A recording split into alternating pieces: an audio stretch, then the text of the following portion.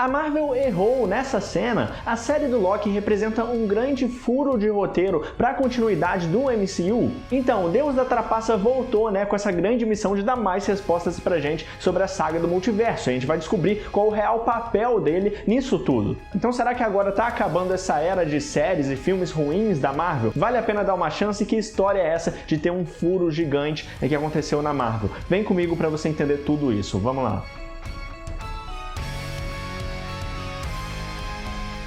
Fala nerds, eu sou o Lucas, sejam muito bem-vindos ao Experiência Nerd. E a série do Loki é pra mim uma das melhores séries da Marvel que ela já fez, principalmente quando a gente se foca no MCU, ao lado também de WandaVision, que tem uma ideia muito interessante e tal, apesar de se perder em alguns pontos. No caso de WandaVision, mais das sitcoms, se passando em diversos períodos diferentes, e o Loki com esses conceitos malucos da TVA, de linha do tempo e tal, viagem no tempo, e tudo isso que foi muito bem feito na série, e foi muito instigante a gente acompanhar lá na primeira temporada. Mas depois de tanta série ruim, depois de tantas decepções com Miss Marvel, Cavaleiro da Lua, Mulher Hulk, que nem se fala, que a gente teve que assistir 9 episódios daquilo só para no final eles fazerem até uma piada com esse lado genérico da Marvel, e quando mais recentemente a gente achou que a gente poderia ter algo mais sério com Invasão Secreta, eles também foram pro lado mais clichê possível, mais genérico possível com o final de Invasão Secreta, que pra mim também foi algo muito decepcionante, muito distante do que a gente queria, Então agora o Loki, que foi a série mais bem sucedida da Marvel até agora, ele vem então para tentar recuperar isso, porque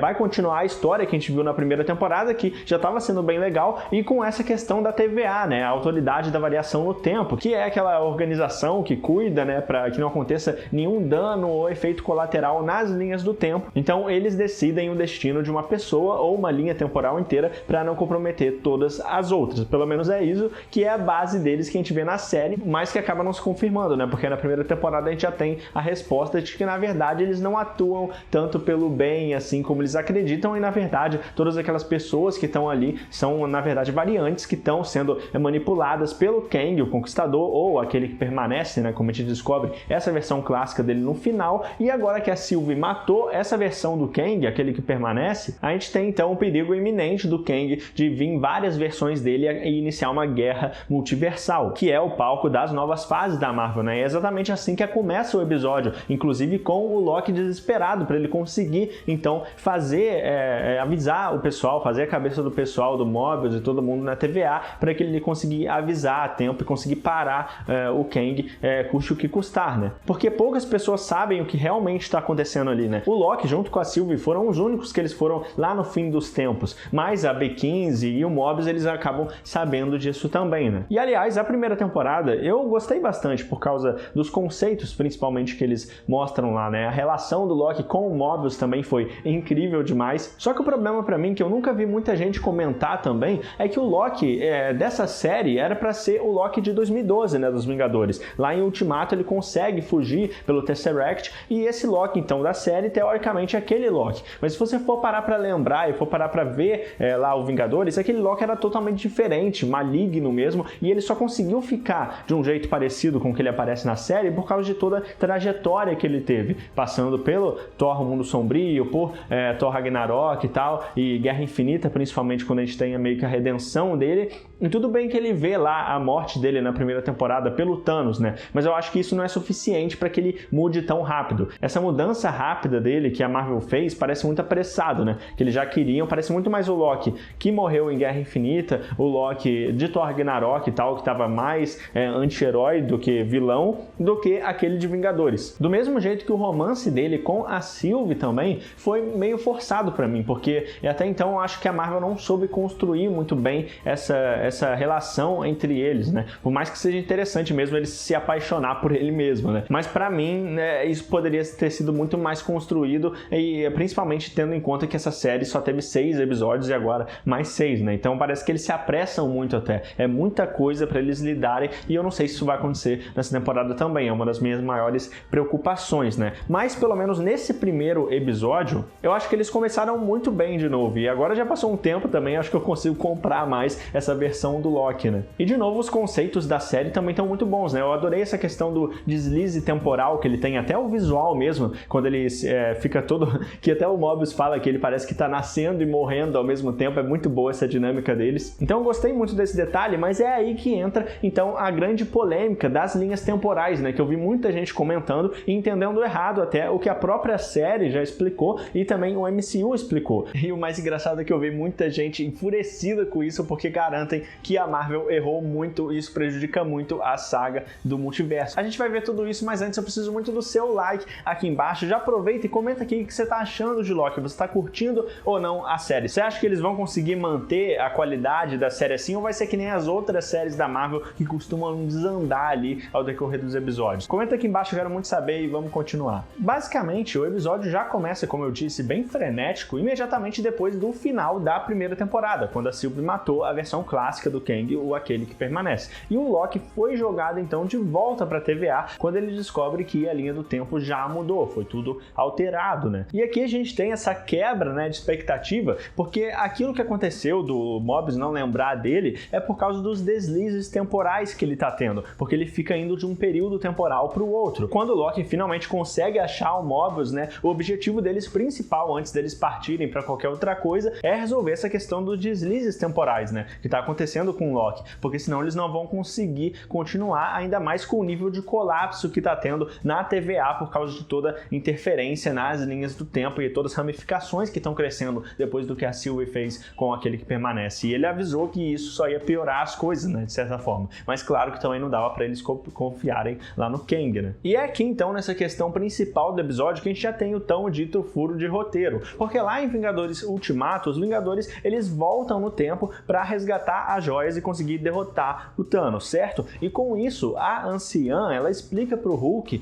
que toda vez que eles alteram e mexem num ponto, principalmente um ponto crucial da linha do tempo, isso vai ter uma interferência direta nas linhas do tempo e vai criar novas ramificações, vai criar uma nova ramificação. A alteração que você fizer no passado não muda necessariamente o seu futuro, sem o efeito borboleta que a gente está acostumado, e sim cria uma realidade alternativa a partir dessa mudança. Então, se as leis da Marvel no MCU funcionam assim, como que o Loki ele vai para o passado e muda imediatamente o seu futuro, naquela cena que eles vão lá encontrar o Ouroboros? Bom, a resposta é mais simples do que parece, mas pelo visto muita gente não percebeu, porque quando você está falando da TVA, Autoridade da Variação no Tempo, como eu já expliquei muito tempo atrás aqui no canal, mas vale relembrar isso mais uma vez, a TVA é o único lugar que ele funciona fora da realidade, fora da linha temporal que a gente está habituado na Marvel. O tempo definitivamente não funciona da mesma forma em diferentes terras, diferentes versões de personagens, e na TVA. Na TVA é totalmente diferente. Na TVA, até que o Ouroboros diz que o passado, o presente e o futuro é tudo meio que a mesma coisa, na mesma linha, meio que não tem essa distinção,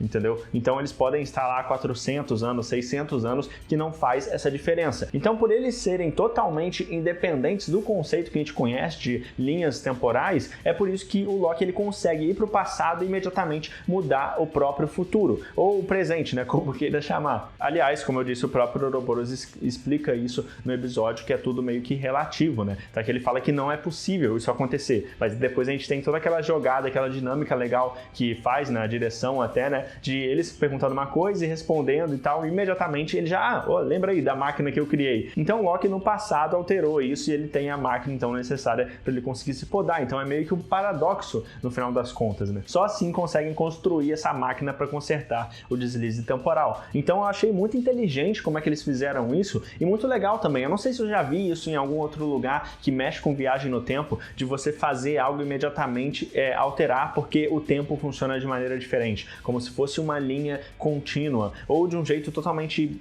além do que a gente conhece, entende? Então na TVA, já que não respeita nenhuma questão do tempo, o tempo não funciona como funciona pra gente lá, então acho que é uma jogada muito legal da Marvel até. Eu só acho que é muito difícil também, muito complexo, então isso que é o legal do Loki, né? Porque eles estão mexendo com algumas coisas que podem dar uma confusão muito grande, mas eu acho que querendo ou não, isso não quebra e não faz ser um furo de roteiro lá no Vingadores Ultimato. Ultimato. Eu acho que realmente, pra TVA, a única exceção à TVA, eu acho que eles podiam fazer isso. E que bom que eles fizeram, porque ficou bem legal. E, aliás, outra coisa que muita gente fica em dúvida também é por que os Vingadores, lá em Vingadores Ultimato, eles não foram presos pela TVA por terem pegado as joias, né, de determinado ponto da linha do tempo. E isso, de novo, tem explicação, porque se a gente lembrar do final de Vingadores Ultimato, o Capitão América, o Steve Rogers, ele volta, né, para conseguir devolver a joia para cada ponto que eles retiraram. Então, de certa forma, anula as ramificações que com certeza essa mudança fez. Então ele devolver para o mesmo lugar, já que ele fazer essa mudança não altera o futuro,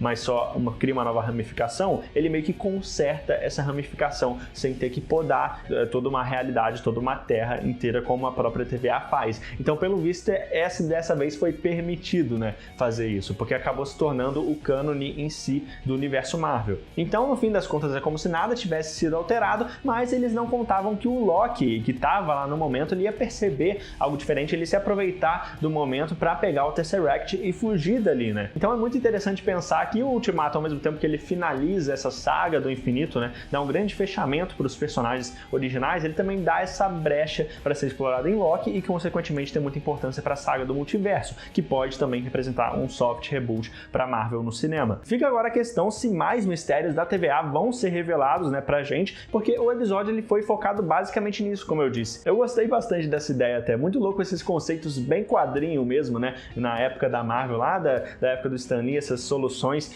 científicas malucas que eles criavam, né, e sem dúvida também uma das melhores partes foi de novo a relação do Loki com o Mobius, né, porque eu já tinha gostado dele lá na primeira temporada e tal, toda a questão do passado dele vai desenvolvendo aos poucos, ele com o Loki, essa dinâmica funciona muito bem, até que a gente tem a revelação de que ele tinha o sonho de andar em jet skis e tal, né, que é muito bom mesmo, e eles repetem aqui nesse episódio com aquela discussão que ele tem com o cara, que ele fica todo empolgado de falar. Então o Mobius, ele é carisma sem fim, né, eu adoro ele mesmo, eu espero que ele tenha uma resolução dele aqui nessa temporada, né, porque ele é um personagem muito legal, e eu fiquei muito triste quando ele quase, praticamente morreu na outra temporada, e aqui eles voltam com ele, né, e rapidamente ele já é inserido na história e também reconhece o Loki de novo, né, o que eu também não esperava. Aliás, a cena do elevador do Mobius reagindo ali aos deslizes temporais malucos do Loki, que eu falei, né, que ele fala que parece que ele tá morrendo e nascendo de novo, e a gente vê do nada, me pegou de surpresa, aquela pessoa ali no elevador com eles, e me pegou muito desprevenido isso, foi muito engraçado. Pra mim, o humor da série tá bem mais equilibrado do que a maioria das séries da Marvel, né, eu gosto assim quando o humor é mais sutil, sabe, eu acho que aqui eles estão, não esbarram muito no limite que a Marvel já ultrapassou várias vezes, então eu gosto bastante quando a série se leva a sério, tem um tom de humor até, mas isso não tira o impacto das cenas, né. E outra coisa que eu gostei também, eu não posso deixar de mencionar aqui de novo, é o Obin, né, o Ouroboros, que é interpretado pelo Ke-Huy Quan. Ele que já participou lá antigamente do Indiana Jones, né, e ficou muito tempo fora de Hollywood, mas que mais recentemente ele voltou a ser falado por causa de Tudo em Todo Lugar ao mesmo tempo, né, que é um filme que trata sobre o multiverso. Então é muito interessante ver ele aqui na Marvel também, né, inclusive de um jeito muito carismático, engraçado mesmo, na mesma hora eu gostei dele, dá pra ver que ele também é mais uma vítima do Kang ali, né, é muito engraçado também essa cena que ele fala que já conhecia e o Mobius tenta disfarçar que conhecia realmente, mas não lembrava porque teve memórias apagadas, então é muito legal esses conflitos que eles colocam ele, essa dinâmica, e dá pra ver que ele realmente queria que o Mobius voltasse, ele ficou com receio disso, e ele fala em 3, e ele para e quer que o Mobius tenha mais tempo para entrar de volta, né? Até que o Loki chega no final e empurra os dois. E além do mais também, uma coisa muito importante é que ele ocupa um cargo sobre a estrutura da TVA, né? Ele tem um cargo bem diferente, já que ele fica lá no porão lá da TVA, né? E ele tem acesso a basicamente toda a interface da TVA, digamos assim, toda parte burocrática e tal, como funciona cada mecanismo de cada computador, de cada coisinha ele sabe. Então isso é muito interessante porque talvez isso dê um ponto, eles estabelecendo isso agora, um ponto de partida pra gente ter uma grande importância pra ele, talvez em um momento decisivo da série, que uma informação que ele tem vai ser muito útil pra eles conseguirem chegar até o Kang, ou eles fazerem alguma coisa a respeito disso, né? E apesar desse episódio ele ter muita coisa ainda que deixa em aberto, né, muita coisa pra gente ver nos próximos, se eles vão conseguir responder o que precisa responder e construir bem tudo isso, principalmente em 6 episódios, que é pouco pra tanto que eles têm que fazer, uma coisa que eu preciso preciso elogiar e já tinha na outra temporada também é a ambientação, né? Porque essa questão da TVA, como que eles representam a TVA, né? Como um lugar com um aspecto mais antigo, mais retrô, né? Mesmo que a função deles seja totalmente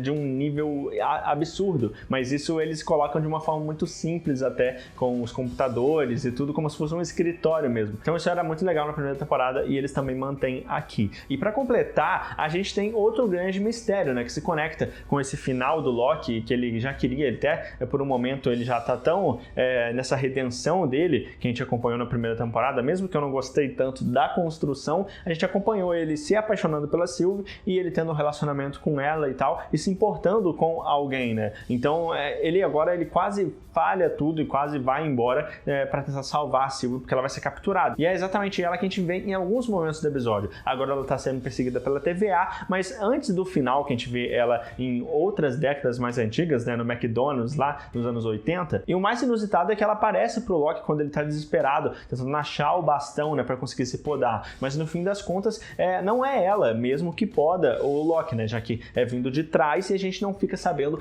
quem que foi que fez isso, já que pode ser algo até que a Marvel tá escondendo da gente, a gente só vai ter certeza mesmo no próximo episódio. Talvez uma nova ou antiga variante do Loki ou realmente um novo personagem, né? E quem sabe, parando para pensar até mais, já pensou se fosse o próprio Kang, né, que tá manipulando tudo isso e a gente vê então no final da série meio que uma conclusão, mas eles estando mais ferrados do que eles já estão, eu não sei se eles vão fazer isso, mas seria uma abordagem interessante também. Qual a sua aposta? Você acha que essa temporada vai superar a primeira? O Loki vai ser uma peça fundamental para derrotar o Kang nessa saga do multiverso? Comenta aqui embaixo e se liga só, se inscreve no canal com o sininho ativado, porque assim você não vai perder nenhum dos próximos conteúdos. E não vai embora ainda, confere nesse outro vídeo que eu selecionei com 14 filmes que fracassaram na bilheteria e deram muito prejuízo. Sério, clica aqui, você não vai se arrepender, esse vídeo tá demais. É isso aí, valeu, falou, até mais.